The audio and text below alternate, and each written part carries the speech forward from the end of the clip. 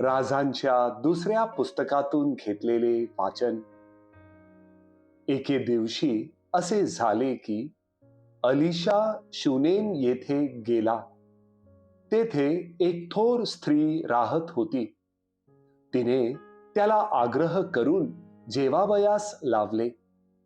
पुढे तो त्या वाटेने जाई तेव्हा तेथे जेवावयास उतरत असे. ती आपल्या नवऱ्याला म्हणाली, हा पुरुष वारंवार ह्या रस्त्याने जातो. हा कोणी देवाचा पवित्र माणूस आहे असे मला दिसते.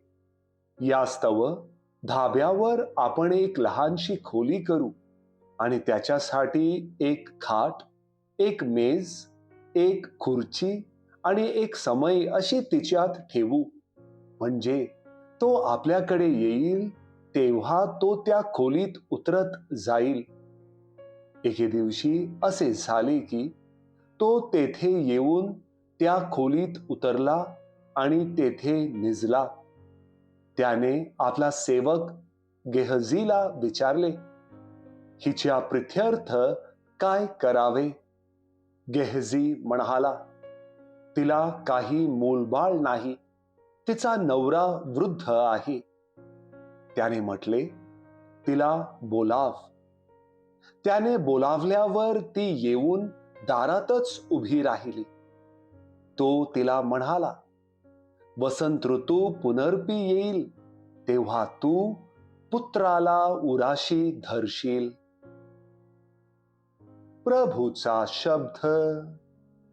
देवाला धन्यवाद.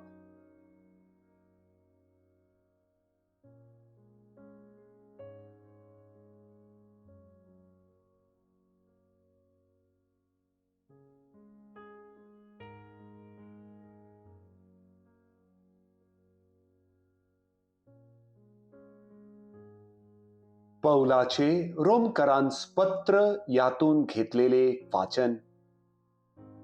आपण जितक्यांनी ख्रिस्त येशूमध्ये बाप्तिस्मा घेतला तितक्यांनी त्याच्या मरणात बाप्तिस्मा घेतला.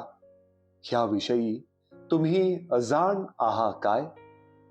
तर मग आपण त्या मरणातील बाप्तिस्म्याने त्याच्याबरोबर पुरले गेलो, ह्यासाठी की ज्याप्रमाणे ख्रिस्त पित्याच्या गौरवाने मेलेल्यातून उठला, त्याचप्रमाणे आपणही नवीन प्रकारच्या जीवनात चालावे.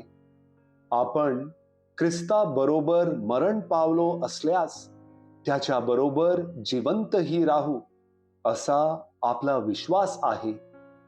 आपणास ठाऊक आहे की मेलेल्यातून उठलेला ख्रिस्त ह्या पुढे मरण पावत नाही. त्याच्यावर ह्या पुढे मरणाची सत्ता चालत नाही. कारण तो मरण पावला, तो पापाला एकदाचाच मरण पावला. तो जगतो, तो देवासाठीच जगतो. तसे तुम्हीही ख्रिस्त येशूमध्ये स्वतःस पापाला मेलेले खरे, पण देवासाठी जिवंत झालेले असे माना. प्रभूचा शब्द. देवाला धन्यवाद.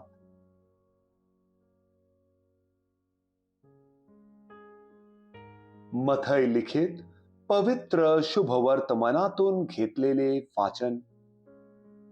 येशूने आपल्या 12 शिष्यांना पुढील प्रमाणे बोध केला.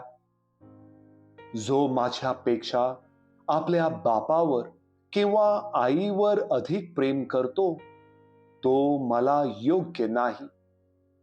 जो माझ्यापेक्षा मुलावर किंवा मुलीवर अधिक प्रेम करतो तो मला योग्य नाही.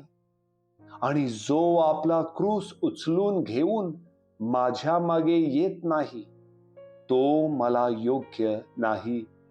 ज्याने आपला जीव राखला तो त्याला गमावील, आणि ज्याने माझ्याकरिता आपला जीव गमावला तो त्याला राखील.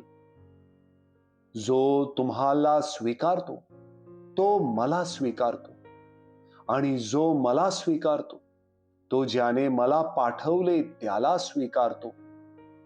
संदेष्ट्याला संदेष्टा म्हणून जो स्वीकारतो त्याला संदेष्ट्याचे प्रतिफळ मिळेल, आणि नीतिमानाला नीतिमान म्हणून जो स्वीकारतो त्याला नीतिमानाचे प्रतिफळ मिळेल, आणि या लहानातील एकाला शिष्य म्हणून जो कोणी केवळ गार पाण्याचा एक प्याला पाजतो तो आपल्या प्रतिफळाला मुकणारच नाही, असे मी तुम्हास नक्की सांगतो.